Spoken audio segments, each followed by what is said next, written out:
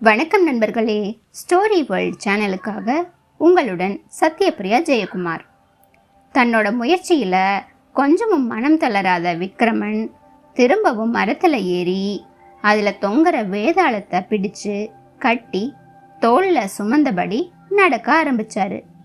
அப்போ வேதாளம் விக்ரமாதித்யன் கிட்ட, மன்னா, நீ இந்த பயங்கர மயானத்தில் எதுக்காக கஷ்டப்படுற? பரோபகார சிந்தனையோட பொது நலத்துக்காக இப்படி பாடுபடுறையா? ஏன்னா உலகத்துல பல பேரு பரோபகாரம் பொது நலம்னு பேசுவாங்க, ஆனா சுயநலவாதிகளா இருப்பாங்க. அப்படிப்பட்ட ஒருத்தரோட கதைய நான் உனக்கு சொல்றேன், கேளு அப்படின்னு வேதாளம் சொன்ன கதையை தெரிஞ்சுக்க நம்ம ஸ்டோரி வேர்ல்டுக்குள்ள போலாமா? கதையோட இறுதியில உங்களுக்கான விடுகதையும் முந்தைய விடுகதைக்கான விடையும் காத்துக்கிட்டு இருக்கு. மிஸ் பண்ணாம கேளுங்க. விஜயபுரியில ரத்னாகரன்கிற பணக்கார வியாபாரிக்கு 3 மகன்கள் இருந்தாங்க. முதல் 2 பிள்ளைகளும் திருமணம் செஞ்சுக்கிட்டு தங்களோட தந்தையோட கூட இருந்து அவரோட வியாபாரத்துல உதவி செஞ்சபடி இருந்தாங்க. ஆனா அவரோட 3வது பிள்ளையான ரவிக்கு மட்டும் வியாபாரத்துல நாட்டமே இல்லை. இயற்கையிலேயே ரொம்பவும் தயால குணம் படைச்ச ரவி அவரை தேடி யார் எந்த உதவி கேட்டு வந்தாலும் உடனே செஞ்சிருவாரு. ரவியோட போக்கு அவரோட பெத்தவங்களுக்கு கவலையத்தான் கொடுத்துச்சு. ஒரு நாள் ரவியை பத்தி ரத்னாகரன் கவலையோட தன்னோட நெருங்கின நண்பர்கிட்ட பேசிக்கிட்டு இருந்தாரு. அப்போ அவரோட நண்பர், எனக்கு ரவியை பற்றி நல்லா தெரியும், ரொம்பவும் தயால குணம் படைச்சவர். என்னோட மகள் ராமா ரொம்பவும் புத்திசாலி.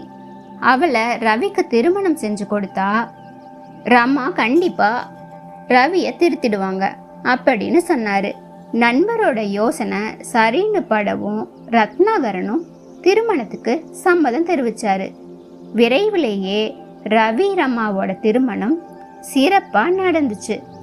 ஒரு நாள் ரமா ரவி கிட்ட, உங்களை உதவி செய்ய வேண்டாம்னு நான் தடுக்க மாட்டேன், ஆனால் நீங்கள் செய்கிற உதவினால ஏதாவது பயன் இருக்குதான்னு நீங்கள் யாருக்கெல்லாம் தானம் கொடுத்தீங்களோ அவங்க கிட்ட போய் ஆராய்ச்சி செஞ்சுட்டு வாங்க. அவங்க நீங்கள் செஞ்ச உதவினால சரியானபடி பயனடைஞ்சிருந்தாங்கன்னு தோணுச்சுன்னா நீங்கள் தொடர்ந்து தானம் செஞ்சுக்கிட்டே இருங்க. அப்படி இல்லைன்னா உங்களோட சுபாவத்தை மாற்றிக்கோங்க அப்படின்னு சொன்னாங்க. அதை ஒப்புக்கிட்ட ரவி முதல்ல சமீபத்தில் தான் பண உதவி செஞ்சிருந்த சங்கரனோட வீட்டுக்கு போனார். அங்கே சங்கரன் ரொம்பவும் கவலையோட உட்கார்ந்துருக்கிறத பார்த்து, ஏன் இப்படி கவலையோட உட்கார்ந்துருக்கீங்கன்னு கேட்டார். அப்போது ரவியை பார்த்து அவர், நீ தந்த பணத்திலிருந்து விருந்து தயார் செஞ்சு சாப்பிட்டதில் என் பிள்ளைக்கும் என்னோட தந்தைக்கும் உடல் நலம் கெட்டு போயிடுச்சு. பணத்தை எல்லாம் விருந்துக்காகவே செலவு செஞ்சிட்டோம். இப்போ மருத்துவருக்கு வேற தண்ட செலவு செய்ய வேண்டியதா போச்சு அப்படின்னு சொன்னாரு. இது மாதிரியே இன்னும் சில வீடுகளுக்கு போனாரு ரவி. ஆனா ஒருத்தர் கூட ரவி கொடுத்த பணத்தை உருப்படியா பயன்படுத்தலாங்கிறது தெரிய வந்துச்சு. ரவி ஏமாற்றத்தோட வீட்டுக்கு திரும்பினாரு. தன்னோட மனைவி கிட்ட தான் பார்த்த எல்லாத்தையும் விளக்கமா சொன்னாரு. நீ சொன்னபடி தான் நடந்திருக்கு, ஆனாலும் என்னோட மனசு மற்றவங்களுக்கு உதவி செய்யறது தான் விரும்புது. ஆனா அது அவங்களுக்கு பயன்படும்படி எப்படி செய்யறதுங்கிறது தான் தெரியல அப்படின்னு சொன்னாரு. அதுக்கு ரமா, மனுஷங்களுக்கு மிகவும் முக்கியமானது உடல் நலம்தான். மருத்துவ தொழில் மூலமா மற்றவங்களுக்கு நீங்க உதவி செய்யலாமே அப்படின்னு சொன்னாங்க. என்ன மருத்துவ தொழிலா? அதை நான் கத்துக்கவே பல வருஷங்கள் ஆகுமே அப்படின்னு கவலையோட கேட்டாரு ரவி. வேதாரண்யத்துல வைத்தியானந்தாங்கிற யோகி ஒருத்தர் இருக்காரு. அவர்கிட்ட நீங்க போய் கத்துக்கிட்டா ஒரே வருஷத்துல நல்ல மருத்துவரா ஆகலாம் அப்படின்னு சொன்னாங்க ரமா. ரவியும் உடனே வேதாரண்யத்துக்கு கிளம்பி போய் வைத்தியநாதன் கிட்ட சீடனா சேர்ந்தாரு. ரமா சொன்னது மாதிரியே ஒரே வருஷத்துல மருத்துவத்தை அவருக்கு சொல்லி கொடுத்த யோகி அந்த வருஷத்தோட முடிவுல அவர்கிட்ட, நீ ரொம்பவும் சிறந்த சீடனா நடந்துக்கிட்ட, எனக்கு தெரிஞ்ச எல்லாத்தையும் உனக்கு நான் சொல்லி கொடுத்துட்டேன், மந்திரங்கள் அடங்கின ஓலைச்சுவடிகள் என்கிட்ட இருக்கு, அதை இப்போதைக்கு நான் உனக்கு தரமாட்டேன், நீ சுயநல நோக்கமே இல்லாம நேர்மையான மருத்துவரா திகழ்றங்கிறது நிரூபணமானதுக்கு அப்புறமா தான் அதை நான் உனக்கு தருவேன், இப்ப நீ உன்னோட ஊருக்கு போய் மருத்துவ தொழிலை துவங்கலாம் அப்படின்னு சொல்லி அவரை ஆசீர்வாதம் செஞ்சு அனுப்பி வச்சாரு. விஜயபுரிக்கு திரும்பின ரவி தன்னோட மனைவி கிட்ட நடந்ததையெல்லாம் விளக்கமா சொன்னாரு. அதுக்கு அவங்க ரவிய நேர்மையா மருத்துவ தொழிலை செய்யும்படி சொன்னாங்க. அதன்படியே ரவி தன்னோட மருத்துவ தொழிலை புனித தொண்டா நினைச்சு செய்ய ஆரம்பிச்சாரு.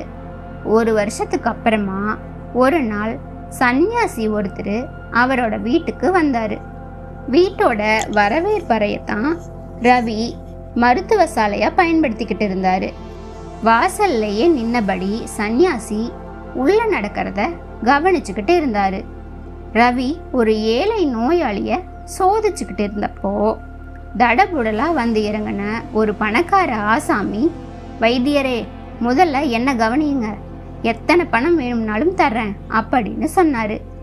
அவரை ஒரு தடவை கூர்ந்து பார்த்த ரவி, ஐயா, இப்போ என்னோட இந்த நோயாளிய சோதிக்க அனுமதி கொடுங்க, உங்களோட முறை வரும்போது உங்களை கூப்பிடுறேன் அப்படின்னு சொன்னாரு.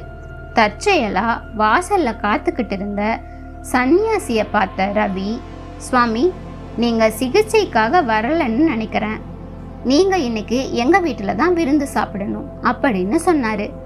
அதுக்கு சன்னியாசி, அவசரம் இல்லையப்பா, நீ எல்லா நோயாளிகளையும் கவனிச்சுட்டு வர்ற வரைக்கும் நான் காத்திருக்கிறேன் அப்படின்னு சொன்னாரு. அதன்படியே ரவி எல்லா நோயாளிகளையும் கவனிச்சுட்டு வர்ற வரைக்கும் பொறுமையா காத்திருந்த சன்னியாசி அப்புறம் அவர் கூட போஜனம் செய்ய உட்கார்ந்தாரு.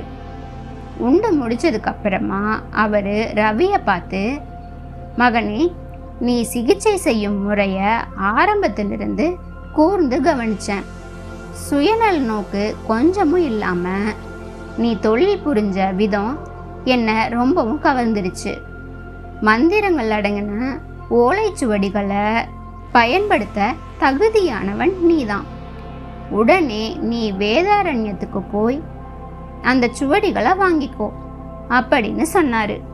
அந்த சன்னியாசி தன்னோட குருநாதர் வைத்தியானந்தா அனுப்பி வச்சவரா தான் இருப்பாருன்னு ரவி புரிஞ்சுக்கிட்டாரு.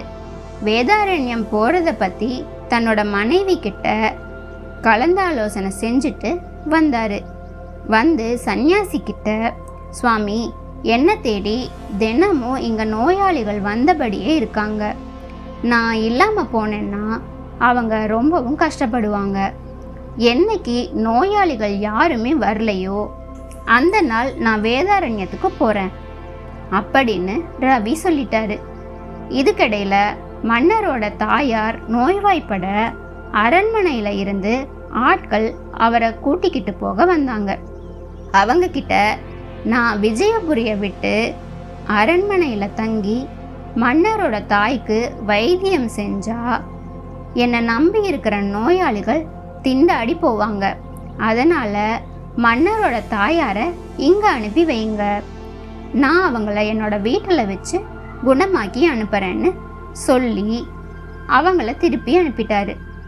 அதை கேட்ட சன்னியாசி திரும்பவும் ரவி கிட்ட வந்து, மன்னரோட தாய்னு தெரிஞ்சும் அவரோட அதிகாரத்துக்கு தலை வணங்காம நீ உன்னோட நோயாளிகளோட நிலைமைய ரொம்பவும் முக்கியமானதா நினைக்கிற, நீ தலை சிறந்த மருத்துவனா மாறுறதுக்கு தகுதியானவன் தான், அதனால நீ உடனே போய் உன்னோட குருவை சந்திச்சு ஓலைச்சுவடிகளை வாங்கிட்டு வா அப்படின்னு சொன்னாரு.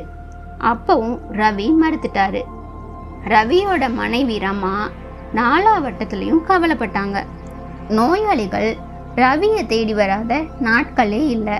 இப்படியே போனா ரவி எப்பதான் தன்னோட குருவை போய் பார்த்து ஓலைச்சுவடிகளை வாங்கிட்டு வருவாரு?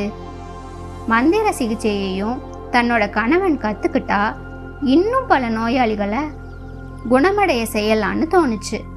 ரவிய வேதாரண்யம் போகும்படி பல தடவை சொல்ல தொடங்கினாங்க. ஆனா ரவி மறுத்தபடியே இருந்தாரு. அதனால ரமா சன்னியாசியை கூப்பிட்டு ரவிய எப்படி வேதாரண்யத்துக்கு அனுப்புறதுன்னு ஆலோசிக்க அவரும் ரமாவுக்கு யோசனை ஒன்ன சொன்னாரு. அதன்படி நோய்வாய்ப்பட்டது மாதிரி பாசாங்கு செஞ்சாங்க ரமா. ரவி தனக்கு தெரிஞ்ச எல்லா மருந்துகளையும் கொடுத்தும் அவங்க குணமாகாதது போலவே நடிச்சாங்க. சன்னியாசி ரவிய கூப்பிட்டு, உன்னோட மனைவியோட நோய் மருந்துனால தீராது, மந்திரத்தால தான் சரியாகும். இப்பவாவது நீ உடனே உன்னோட குரு கிட்ட போய் ஓலைச்சுவடிகளை வாங்கிட்டு வா அப்படின்னு சொன்னாரு. ரவியும் உடனே வேதாரண்யம் போய் தன்னோட குரு கிட்ட இருந்து ஓலைச்சுவடிகளை வாங்கிட்டு வந்தாரு. அது எல்லாத்தையும் படிச்சு தெரிஞ்சுக்கிட்டு தன் மனைவியோட நோய்க்கு மந்திரத்தை ஓதவும் அவங்களும் குணமானது போல நடிச்சாங்க. அன்னையில இருந்து ரவி மருந்துனால தீராத நோய்களையும் மந்திரத்தால தீர்த்து வைக்க ஆரம்பிச்சாரு. அதனால அந்த பகுதியிலேயே தலை சிறந்த வைத்தியனா திகழ்ந்தாரு. இந்த இடத்துல கதையை நிறுத்தின வேதாளம், மன்னா, இந்த ரவியோட சுயநலத்தை என்னன்னு சொல்றது? பல தடவை சன்னியாசி குரு கிட்ட போய் ஓலைச்சுவடிகளை வாங்கிட்டு வரும்படி சொல்லியும் போகாதவன் தன்னோட மனைவியை குணப்படுத்துறதுக்காக மட்டும் கொள்கையை காத்துல பறக்க விட்டுட்டு போயிட்டாரு. சுயநல நோக்கம் இல்லாம நேர்மையா மருத்துவ தொழிலை செஞ்சா மட்டும்தான் ஓலைச்சுவடிகளை தருவேன்னு சொன்ன அவரோட குருவும் அவர் இப்படி செஞ்சும் எப்படி ஓலைச்சுவடிகளை தந்தாரு? என்னோட சந்தேகத்துக்கு விளக்கம் தெரிஞ்சும் நீ மௌனமா இருந்தா உன்னோட தலை வெடிச்சு சுக்குநூறா செதறிடும் அப்படின்னு சொல்லிச்சு வேதாளம். அதுக்கு விக்ரமன், ரவிய சுயநலக்காரன்னு சொல்றது ரொம்பவும் தப்பு. தன்னோட நோயாளிகளை பரிதவிக்க விட்டுட்டு குரு கிட்ட போக மறுத்தது அவரு தன்னோட நோயாளிகள் மேல வச்சிருந்த அக்கறையை காட்டுது. ஆனா மனைவிக்கே தீராத நோய்ங்கும்போது எந்த கணவனால தான் சும்மா இருக்க முடியும்? அவங்கள குணப்படுத்த அவர் தன்னோட கொள்கையிலிருந்து விலகி குரு கிட்ட போனது ஒருபோதும் தவறாகாது. ரவியோட நேர்மைய நல்லா தெரிஞ்சு வச்சிருந்த குரு அதனால தான் கொஞ்சமும் தயக்கம் இல்லாம ஓலைச்சுவடிகளை அவருக்கு கொடுத்தாரு அப்படின்னு பதில் சொல்லி முடிச்சாரு விக்ரமாதித்யன். விக்ரமனோட சரியான பதில்னால அவரோட மௌனம் கலையவே வேதாளம் விக்ரமனோட கட்டிலிருந்து அவிழ்த்துக்கிட்டு திரும்பவும் பறந்து முருங்கை மரத்துல ஏறிக்குச்சு. அவ்வளவுதான். என்ன நண்பர்களே, இந்த கதை உங்களுக்கு பிடிச்சிருந்துச்சா? பிடிச்சிருந்தா லைக் பண்ணுங்க. கதை கேட்கும் பழக்கமுள்ள உங்க நண்பர்களுக்கும் இந்த கதையை ஷேர் பண்ணுங்க.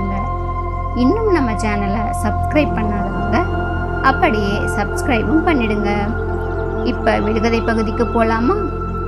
முந்தைய விடுகதை, பிறக்கும் போதும் இறக்கும் போதும் இல்லாதது இடையில் வந்து போகும், அது என்ன? இந்த விடுகதைக்கான விடை பற்கள். இன்றைய விடுகதை, கிழித்த கோட்டுக்குள் ஓடுகிறான், அவன் யார்?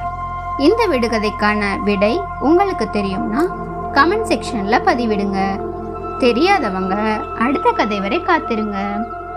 குழந்தைகளோட பெயரோ அவங்களுக்கு பிடிச்சவங்க பெயரோ கதைகளில் இடம்பெறணும்னு ஆசைப்பட்டீங்கன்னா கமெண்ட் செக்ஷனில் ஸ்டோரி வேர்ல்டுன்னு டைப் பண்ணி பெயரை பதிவிடுங்க. ஸ்டோரி வேர்ல்டுக்குள்ள அவங்களையும் அழைச்சிட்டு போகிறோம். நன்றி, வணக்கம்.